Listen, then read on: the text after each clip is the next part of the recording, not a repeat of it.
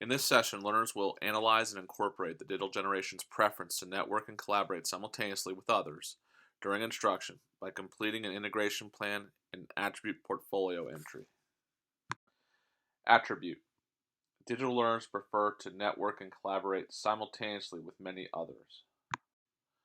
While many traditional educators generally prefer students to work independently initially before they network and interact.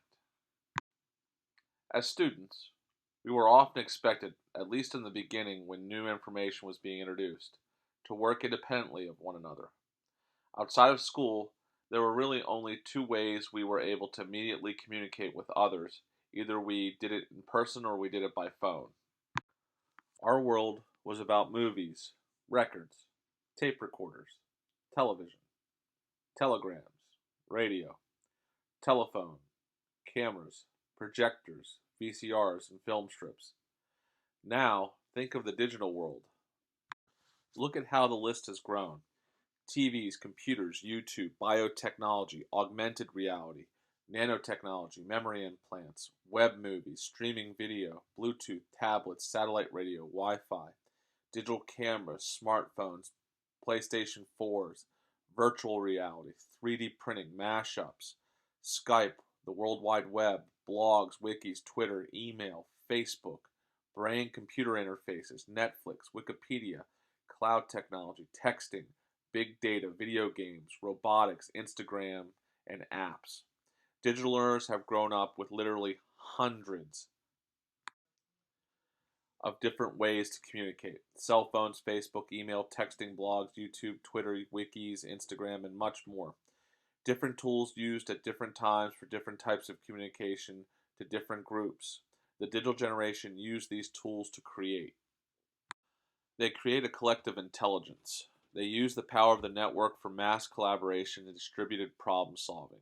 The digital generation simultaneously work with others by crowdsourcing, crowd searching, smart mobs, and other participatory online activities to access a global brain. Here's an example. In September 2012, the global brain manifested itself when Superstorm Sandy devastated the east coast of the U.S. The massively multiplayer online role-playing video game, World of Warcraft, was used to collect millions of dollars in storm relief by selling virtual objects during gameplay. A tremendous example of how the global mind promotes a participatory culture of altruism and global citizenship. Participants also use hundreds of online tools for digital consensus and decision making. Whether it's which entertainer to favorite, what smartphone to buy, what restaurant to eat in, which products to boycott, or which video game to play. Collective intelligence, or group IQ, is an entirely new way of processing massive amounts of information by creating a shared pool of knowledge, where the collective whole is greater than the sum of the individual parts.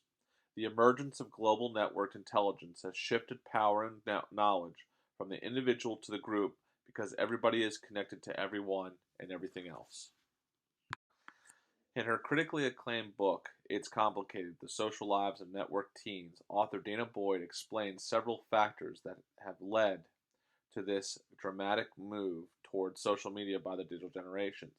Many adults throw around the term addiction to describe the digital generation's apparently constant need to be connected to their online worlds.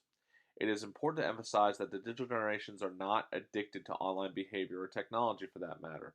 They are addicted to friendship and connection. First, consider the location of their friends in comparison to their homes. Oftentimes, the digital generations can't simply walk next door to visit a friend or a group of friends. In a world where danger is seen to be lurking just around the corner, there is an increasing culture of fear. Parents are limiting the freedom of teens due to the belief that something bad might happen without constant adult supervision. Gone are the days of the be back before dark mentality. The potential threat of predators, gangs, accidents, bullying, and youthful mischief are highlighted daily on the news, causing parents to increasingly lock down their teens' physical freedoms. There is also a societal lockdown. In the common social areas teenagers traditionally used to meet, places such as malls, convenience stores, playgrounds, and schools often have strictly enforced loitering laws that discourage social gatherings. The digital generation, in need of social interaction, seeks socialization by the only means they have at their disposal. While in the safety of their homes or school, they have made up for their perceived lack of freedom by migrating their lives more and more in the new digital landscape. The digital generations are frequently criticized, derided, misguided, misrepresented, and disrespected in the press. They're often accused of being intellectual slackers and antisocial beings who lack even the most fundamental social skills. From our perspective, for the vast majority of the digital generations, the digital world is far from being an isolating experience. Outside of school, they are immersed in a media participatory culture built on physical or close relationships that allows them to interact not only with their friends, but also with people who are not geographically close to them. Global digital networks are pervasive in our society, so virtual interaction is taken for granted, which is having an enormous impact on daily life.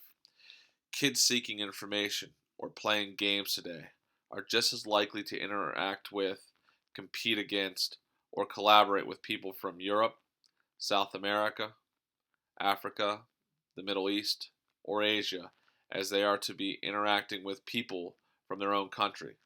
The emergence of the new digital landscape has quite literally led to the death of distance. There has never been a time where distance has meant less than it does today.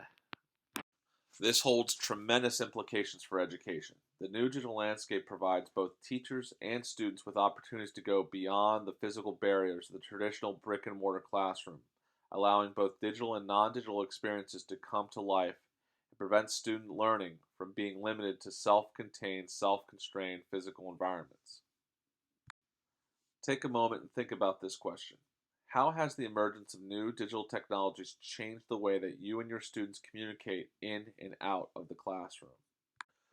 For the technology integration plan assignment, select 5 digital tools and or strategies that work from the text or ones you found on your own, and construct integration plans to communicate how you plan to integrate and implement these strategies into classroom instruction. Of the 5 selected digital tools, select 2 and create 2 student resources for each explaining what students must do with specific directions and expectations for the assignment. The plan can be tailored for any grade and content area.